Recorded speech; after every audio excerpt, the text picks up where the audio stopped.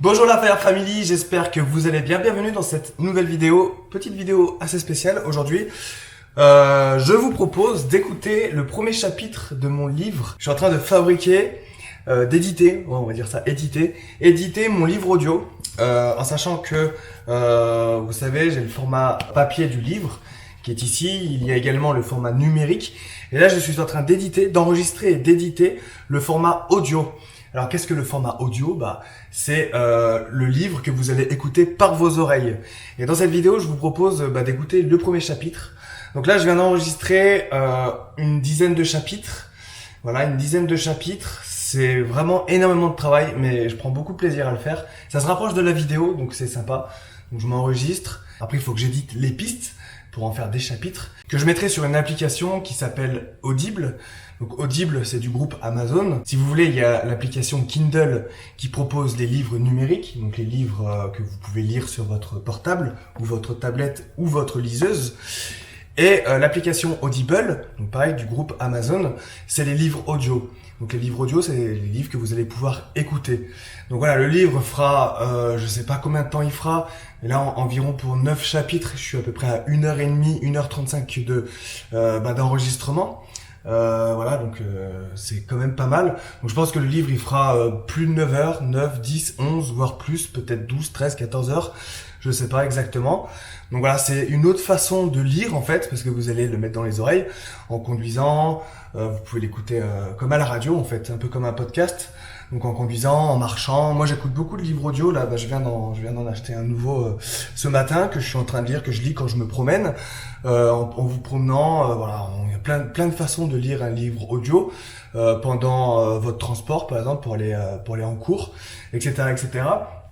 Et pourquoi je tiens absolument à faire ce format? Déjà parce que comme ça je toucherai plus de monde, en sachant qu'il y en a qui préfèrent le papier, il y en a qui préfèrent le format numérique, et il y en a qui voyagent. Donc c'est vrai que de voyager avec ça c'est un peu compliqué. Donc du coup le format numérique c'est parfait pour ça. Et il y a le format audio pour ceux qui aiment pas lire. Voilà, moi je fais partie des gens. J'aime bien avoir des livres, mais c'est vrai que pour lire une page, je mets pas mal de temps.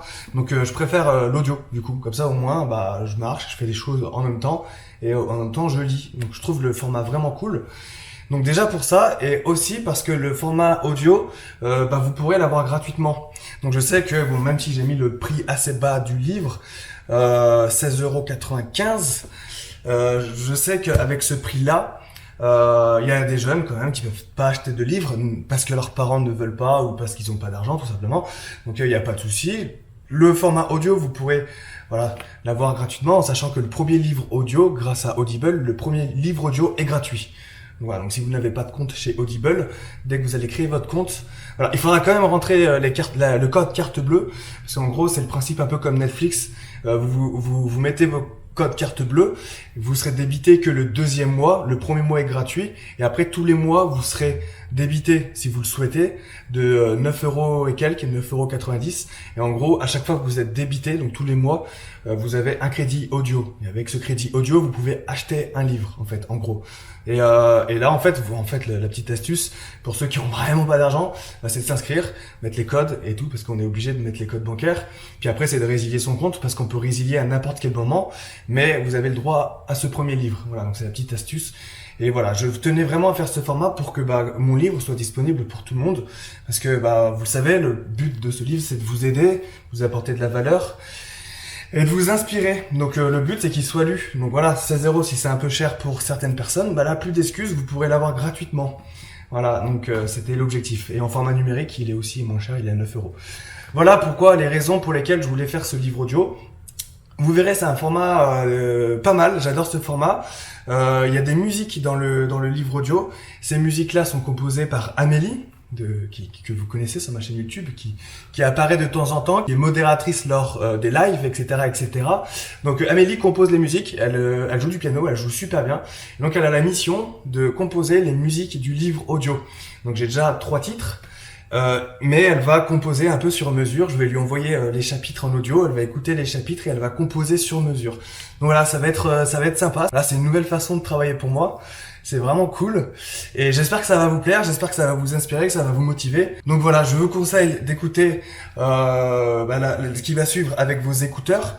Voilà, comme ça, vous êtes immergé dans le livre audio. Et puis voilà, fermez les yeux, allez vous promener, faites ce que vous voulez, mais écoutez ce premier chapitre. Donc c'est le premier chapitre de mon livre.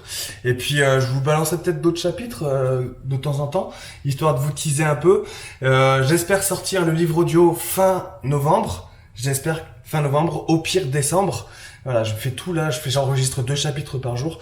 Je fais tout pour qu'ils sortent en novembre. Voilà l'affaire Family pour les infos. Je vous laisse écouter. Dites-moi dans les commentaires ce que vous en pensez. N'hésitez surtout pas si vous aimez bien.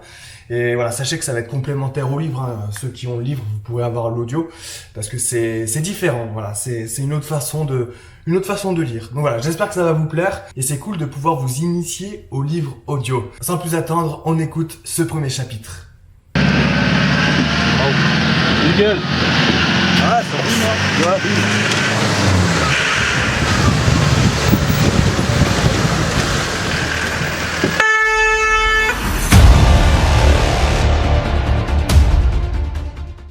Partie 1. De mes 11 ans à mes 16 ans. Chapitre 1. La naissance d'un rêve. Même quand tu crois que c'est fini pour toi, donne tout jusqu'à la dernière seconde. C'est à 11 ans que j'intègre le corps des jeunes sapeurs-pompiers de Pierre-Bénite dans le Rhône. Ce fut pour moi le début d'une grande aventure. Pourtant, cet événement n'aurait pu ne jamais arriver. Lors de la sélection de recrutement, je n'avais pas réussi à grimper en haut de cette fichue corde. Jean-Pierre, le président de l'association, avait été clair. Si vous ne grimpez pas la corde, vous ne serez pas retenu. Je venais de vivre mon premier échec. Enfin, c'est ce que je pensais. Quelques jours plus tard, alors que j'étais seul à la maison, le téléphone sonna. C'était Jean-Pierre. Il voulait parler à mes parents. Ils ne sont pas là, ils sont allés chercher mon petit frère à l'école, ai-je répondu. D'accord. Eh bien, je te le dis à toi. Tu es sélectionné pour les jeunes sapeurs-pompiers à la rentrée, a continué Jean-Pierre. À cet instant, tout s'est illuminé dans mon esprit. Je venais de vivre ma première victoire. J'ai alors couru jusqu'à l'école primaire pour annoncer la nouvelle à mes parents. J'étais tellement fier. Malgré mon échec à la corde, quelques semaines plus tôt, Jean-Pierre avait cru en moi, au point de parier sur le jeune Vincent que j'étais. J'avais eu raison de continuer les épreuves et de persévérer. J'aurais pu en rester à cet échec et ne pas poursuivre les tests de recrutement. Je venais d'apprendre ma première leçon. Même quand tu crois que c'est fini, pour toi, donne tout jusqu'à la dernière seconde. Des leçons, j'allais en apprendre beaucoup d'autres grâce à cet homme et j'allais tout faire pour le rendre fier de moi. Désormais, je décidais de tout donner pour lui prouver qu'il avait raison de me sélectionner. Quelques semaines plus tard, j'entrais dans la caserne de Pierre-Bénite pour la dotation des uniformes. J'étais surexcité et en même temps, j'avais peur. Je me rappelle avoir regardé avec mes yeux d'adolescent en direction d'un banc à l'entrée de la caserne. Un groupe de pompiers y fumaient leurs cigarettes. J'étais impressionné. Je venais tout juste de toucher du bout des doigts un univers qui allait devenir ma vie, le métier de pompier. À l'époque, j'étais timide et discret. Je manquais de confiance en moi et on pouvait deviner que je ne faisais pas de sport à ma carrure de crevette. D'ailleurs, mon souffle était tellement fort que quand j'ai couru pour le recrutement, Jean-Pierre pensait que j'avais de l'asthme. J'ai dû aller voir un docteur pour qu'il confirme par écrit que je ne souffrais d'aucune pathologie respiratoire. J'allais devoir en baver pour avoir le niveau, mais ça ne me faisait pas peur. Au contraire, j'avais hâte de commencer les premiers cours.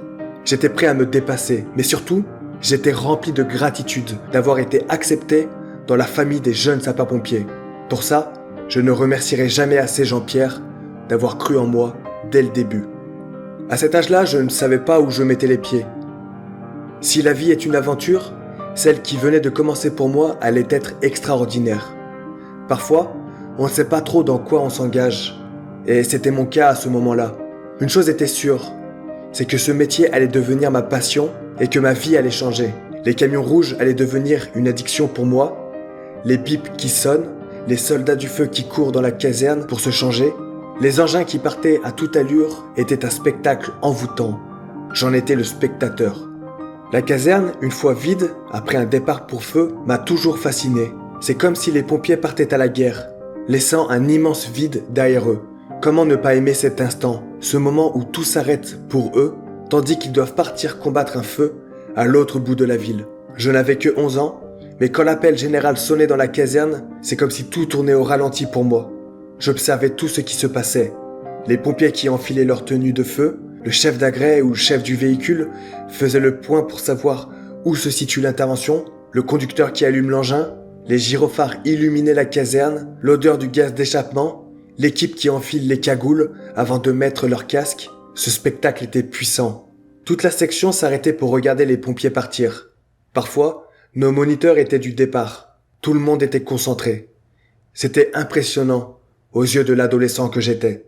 Une fois, tous les engins partis sur intervention. Je me disais que c'était ça ma vie.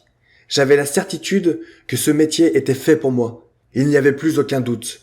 Ces hommes et ces femmes étaient là à la caserne, paisibles.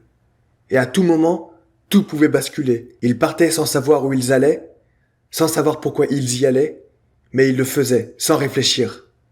Je me disais que c'était incroyable.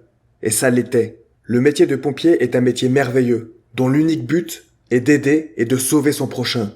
Aller porter secours à autrui sans se poser de questions, il n'y avait rien de plus noble. Et moi, du haut de mes 11 ans, j'étais là, assis avec mes camarades jeunes sapeurs-pompiers, à écouter mes moniteurs commencer à nous apprendre le métier. C'était génial. Les pompiers sont rentrés d'intervention avant que mon tout premier cours de jeune sapeur-pompier ne se termine. C'était une maison qui avait brûlé. Des sourires illuminaient leurs visages noircis par le feu. Ils étaient contents de leur intervention. Là commençait alors un nouveau spectacle pour moi. Ils devaient nettoyer les tuyaux qu'ils avaient utilisés. Tout le monde parlait fort, c'était comme la fête à la caserne. Les gars se tapaient sur les épaules. La garde d'après venait aider leurs collègues. Ils leur posaient plein de questions. Et moi, j'étais là, au loin, à regarder et à écouter le déroulement de leur intervention. Il y avait cette odeur de feu, dont seuls les pompiers peuvent en apprécier la saveur. Je respirais ça à plein nez, hypnotisé par ce spectacle. J'étais à côté de héros du quotidien. J'aurais tout donné pour rester là, à écouter les détails de cette intervention. Mais il a fallu que je rejoigne mon père, qui m'attendait. Une fois à l'intérieur de la voiture, la porte fermée, assis à côté de lui, je ne savais pas trop quoi dire. Il me demandait si tout s'était bien passé, et en effet c'était le cas. Mais mon esprit était encore avec les pompiers. Pourtant, ce que je venais de voir était la routine dans une caserne. Mais moi, jeune adolescent, j'étais captivé par cette euphorie, cette ambiance magistrale, cette cohésion. J'ai tout de suite compris que pompier était un métier de corps, que les équipes qui partent au feu sont comme des frères d'armes. C'était magique. « Vincent, alors ce premier cours ?» insista mon père, me ramenant à la réalité. « Oui, papa, c'était génial !» répondis-je, la tête dans les étoiles. En plus d'avoir appris beaucoup de choses, j'avais réalisé que pompier est un métier passionnant. Je venais de mettre le pied dans un univers fascinant et j'avais encore plus hâte d'être au prochain cours. Vivement. Je sentais que je n'étais plus le même petit bonhomme après ce premier cours. Le fait de fréquenter ces femmes et ces hommes dévoués faisait de moi une personne différente. Je me disais, maintenant que je porte l'uniforme, il faut que je me comporte bien, que l'on soit fier de moi, que je respecte toutes ces valeurs. Je voulais être digne de ma nouvelle famille et j'allais tout faire pour être à la hauteur. Je pense que j'ai commencé à devenir mature à ce moment précis. Même sans partir sur intervention, je comprenais ce que signifiait l'esprit pompier. En quelques instants, c'est entré dans ma tête, dans mon cœur, dans mon sang et ce n'était pas prêt d'en sortir. À partir de ce moment, j'étais sur les rails de mon avenir. Je savais où j'allais me diriger et que je donnerais tout ce que j'avais pour aller au bout de ce nouveau rêve. Je donnerais tout pour vivre mon premier départ sur feu. Je donnerais tout pour servir. Et bien évidemment, je donnerais tout pour aider mon prochain. Mais il fallait pour ça que je sois patient et que je traverse un tas d'étapes et parfois d'épreuves pour y arriver. La route allait être longue et sinueuse. Mais j'étais paré pour cette aventure. Depuis ce jour, je n'ai plus vécu que pour les pompiers. Je me réveillais pompier, je mangeais pompier, je me couchais pompier, je rêvais pompier. Rien que ça. Les semaines des prochaines années allaient être rythmées par mes passages à la caserne. J'avais cours le mercredi soir là-bas et sport le samedi matin au stade. Ma vie n'allait plus tourner qu'autour de ces deux endroits, de ces 2 jours. 2 lieux et 2 jours qui feront de moi un pompier. Voilà l'affaire family, j'espère que ça vous a plu. Comme je vous l'ai dit, n'hésitez surtout pas de mettre dans les commentaires vos impressions. Qu'est-ce que vous avez pensé déjà de ce chapitre et qu'est-ce que vous avez pensé du format audio? Est-ce que ça vous plaît? J'espère en tout cas. Moi en tout cas je prends beaucoup de plaisir à le faire. Donc voilà, je m'amuse et puis voilà, j'espère que ça vous plaira. Sachez que mon livre est disponible dans la description. Vous avez été nombreux à le commander, c'est vraiment cool. Aussi, bienvenue aux nouveaux membres de mon programme d'entraînement, la méthode d'entraînement. Vous savez, à la fin du livre, vous pourrez noter vos séances, votre séance de la méthode Guyard. Donc voilà, c'est à ça que sert ce livre. C'est un peu un carnet de bord de votre carrière. Vous pouvez y noter pas mal de choses à la fin du livre. Et donc, vous pourrez faire ça. Voilà, les nouveaux membres, bienvenue à vous dans la méthode Guyard. Soyez forts, les futures machines de guerre. Et puis voilà, on se retrouve demain pour la prochaine vidéo. Merci de l'avoir regardé. N'hésitez pas, le pouce bleu, partagez cette vidéo à vos amis. Abonnez-vous bien sûr à ma chaîne YouTube si vous voulez suivre la suite de mes aventures. On se retrouve donc demain 21h pour la prochaine vidéo. Rompez la Fire Family, que Sainte-Barbe vous protège. Prenez soin de vous et à demain. Ciao. À droite, il y a un appartement là.